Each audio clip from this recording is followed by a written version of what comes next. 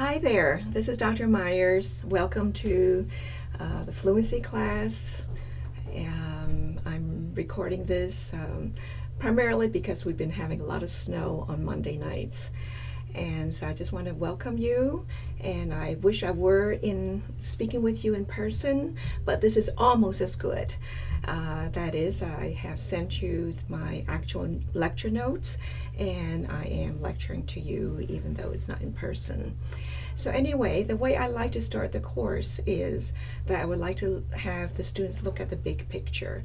When we talk about fluency, or fluency and its disorders, we're not just talking about stuttering, although most people think that it is stuttering only, but far from it. Fluency is actually such a all-encompassing phenomenon. You know, you could look at it as a super segmental, if you will.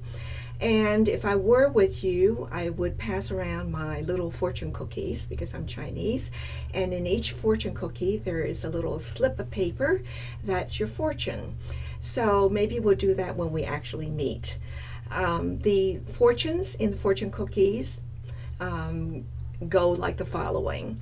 How would your fluency be if you went to a wild party the night before, and then you had to get up at 7 o'clock for an 8 o'clock class the next morning? How would your fluency be? How would you describe your fluency? Another possible fortune cookie message is consider yourself treating a stroke patient, someone who has aphasia. And can you think about what kind of fluency they would have either with their speech or with their language? How fluent would they be? Another possible fortune that you would get is that, let's say that you've had 3 semesters of Italian in high school or college, and you decide to treat yourself over the summer. You go to Rome and you try to speak in Italian. And someone comes up to you and say that, oh, you're from New York, but you know what? You're so fluent in Italian. And what does that mean? This is often said, that you are or you're not so fluent in Italian or Chinese or German. What does that mean? So this provides kind of a broadly based foundation for you to think about the phenomenon of fluency. And of course, once you understand the phenomenon of fluency, then we can apply it to our patients, our clients who are not so fluent for one reason or another. So, as with all my other courses, what I do is I try to build a foundation. And that foundation really is like a macro structure to the course. And then we will zero in on the more specifics and the nitty-gritties of what you would need to know when you treat a client with a fluency disorder. So, the first construct for this macro structure is the very word fluency. What is fluency? And at this point, I usually have students, excuse me, volunteer about, what is fluency? But you have the answers right in front of you because I gave you my notes. Maybe a good way of thinking about what fluency is in a larger picture, macro structure, is that it has to do with the ongoingness of a message. Okay? When a message is not ongoing, it is disrupted somehow, somewhere, to some extent. So if, let's say, the newscaster who's paid 6-figure salaries for their speech, the reason that they're hired is that their speech is very ongoing, right? Because every second translates into money for the networks. Maybe another way of thinking about fluency is that it has to do with the flow of the message. As you know, as I know, a message consists of not only the phonemes, the syllables, the words, the sentences, even the thinking could be does it flow? Does your thinking flow all the time or not? So let's think about what goes into fluency. Well, one good way to start is to think about rate. Okay, actually, rate has something to do with our fluency. And if we were to dissect our rate, it's so easy for us to say, oh, she speaks so fast, or oh, he speaks so slowly. But what are the ingredients for rate? Well, if Dr. Raphael were here and you're taking speech science, then you would measure the articulatory rate. And that's basically defined as the duration of phonemes and syllables. So the definition for articulatory rate is how many syllables per second you speak. And guess how fast you speak, even if you don't think you speak that rapidly. Well, the average rate for adults is 4 to 5 to 6 syllables per second. And that seems very fast to me when you isolate it and say, wow, I actually speak 5 syllables per second. Now, think about this. You and I are typical speakers, and we can manage. Some of you speak even faster. But the issue here is that you will be helping people who have some kind of anomaly, neurological, articulatory, linguistic, that they have difficulty in having their brain dictate all those maneuvers, those gestures, articulatory gestures, laryngeal as well as supralaryngeal, all those gestures, so that they come out with clarity and appropriate rate at presumably 6 syllables per second. That's a lot to handle if you have had a stroke or if you have cerebral palsy. So another way to look at rate is to think about, I'm going to move my image here a little bit so I can see my notes, to think about our pausing. Just as I'm doing that now. For example, if I'm doing Pledge of Allegiance, I pledge allegiance to the flag of the United States of America. Okay? Now, speech is not just nonstop because it does have pauses. So some linguists, speech scientists, and indeed you perhaps for your project at the end of the semester will consider both the filled as well as unfilled pauses. What we mean by filled pauses, that sounds like an oxymoron, meaning opposites. How could a pause be filled? Well, guess what? You do this very well. Your teenage siblings do this very well. That is, filled pauses are, in fact, our ums and uhs, words and utterances that do not convey information. And yet we have this habit of saying, those are your filled pauses. On the other hand, unfilled pauses are indeed the silence. And we need silence to make our messages coherent. But the thing is, those pauses, those unfilled pauses, have to occur in synchrony with your language and your thought patterns. So if I were to say the Pledge of Allegiance, and I said I pledge allegiance to the flag of the United States of America, okay, even if I use the same number of unfilled pauses as the previous rendition, you will automatically say, something's wrong with her fluency. And that is because your perception tells you that the pauses are not occurring at expected places. So here's another idea I want to inject into the lecture, which is that when we consider fluency, it very much has to do with the listener's perception. It's not just what the speaker says, but it's also what the listener is expecting. So if the pauses occur at unexpected loci, that is location, then something is perceived to be not very fluent about that person's speech. Another ingredient of rate is our stress, our use of linguistic stress. Those of you remember from your undergraduate days that stress is dictated by three things.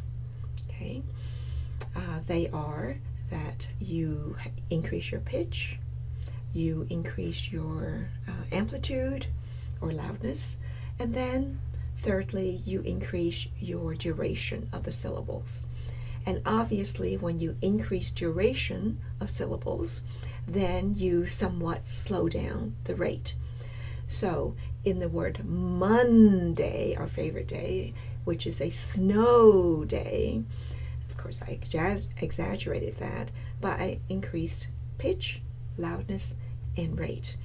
And if you do that successively in your message, then that's going to influence the rate of your message and the passage that you are reading or speaking. Now, rate is a component of prosody, and prosody is another way of thinking about prosody is your suprasegmentals. That is, whatever you do that is above and bigger than the segments, that is the phonemes and the syllables. Okay, it's the suprasegmental. So when you ask a question, are you hungry? Okay, I change the prosody. Whereas if I made that sentence into a declarative, I would say, I am hungry. So we change prosody, which then in turn influences rhythm. And rhythm is also an aspect of suprasegmental, which in turn is an aspect of your fluency. And this is why people who read poetry, who enjoy reading poetry, they really modulate their use of prosody to make it almost dramatic. Now, another aspect of rate has to do with, and this is very important clinically speaking, has to do with what I call either absolute versus relative rate. Absolute rate I consider as what you read in the journals. So earlier I quoted to you some research findings that the average rate for adults is 5 to 6 syllables per second. That's, it's like black and white, absolute rate, 5 or 6 syllables per second. I think that when you're working with clients, what's even more important is to consider their relative rate. And how do I mean by relative rate? It has to do with the model of demands and capacity. That is to say that we all have our own unique individualistic capacity for rate. Likely as not, my rate capacity is somewhat slower than a number of your rate capacity. I'm not originally from New York, and everybody says New Yorkers drive. That was a Freudian slip. Drive and speak very, very fast. My temperament doesn't feed into this very, very fast rate of speech. And so think about this. You might want to, I don't know if you can pause at this moment, but I want you to think about your own rate and your own capacity. Now, the reason this is so important is that as soon as you, myself, and our clients exceed our capacity, then we get into glitches, okay? And a very good metaphor today is, and this whole past week, is the icy roads. And when we drive at a rate that exceeds our capacity, as is in terms of our skill in driving and managing that vehicle on icy roads, then we slip. Then we get into driving glitches. So I will bring this up very much so toward the end of the semester when we talk about cluttering. I feel a heart of cluttering is that these are individuals who just routinely, it's just like their whole nervous system is so revved up that they routinely exceed their capacity at all cost, if you will. And it seems like as soon as they slow down their rate, all the various anomalies that you will learn about cluttering seem to abate, seem to improve. So, rate is very important, okay? Now, another thing that I want to introduce at this point in terms of laying down the infrastructure for the course is that fluency, so this is, you have the notes in front of you, what goes into fluency. Fluency can be fed by both motoric aspects of fluency as well as linguistic aspects of fluency. Now, the classic fluency disorder of stuttering, in the final analysis, has to do with disintegration or disfluency at the motoric level. What do I mean by motoric? I mean how our speech production system is integrated or not, is coordinated or not. And when it's not well coordinated, then you have stuttering-like behaviors. Okay, so I'm going to give you an example of stuttering. A really the core symptom of stuttering would be what we call tense pauses. Tense pauses like the word baby, baby. Now think to yourself now, what do I do to end up saying baby? Where is the locus, the location of the discoordination of that speech production system? Yes, that's right. It's at the level of the larynx. Okay? And what really happened when I exhibited a tense pause is that both the abductors and the adductors of the larynx are innervated at the same time. So just as I'm saying this to you, if you're working with someone who stutters and who has tense pauses, you can say, it's like gridlock in Manhattan. Okay, the both sides of this intersection want to go, and you can't. You have to either one side opens the way so the other one can go, or vice versa. So likewise, just explain to your client, the reasons for this tense pause, which effectively is that the physiological mechanism at the level of the larynx is in gridlock. Both the abductors and the adductors are simultaneously being innervated, and you can't get anywhere. As you know, your vocal folds should have nice reciprocity of the abductors and the adductors. Now, another example of motoric disfluency is prolongation. Okay, so I might, in the word baby, say baby. Okay, and I wasn't going anywhere. So getting back to the earlier part of the notes, it was not ongoing. There was no flow. It was a prolongation, and in fact, you probably detected tension. By the way, that is one of the key ingredients of stuttering. It is muscular tension. So that all of that has to do with the motoric aspects of fluency.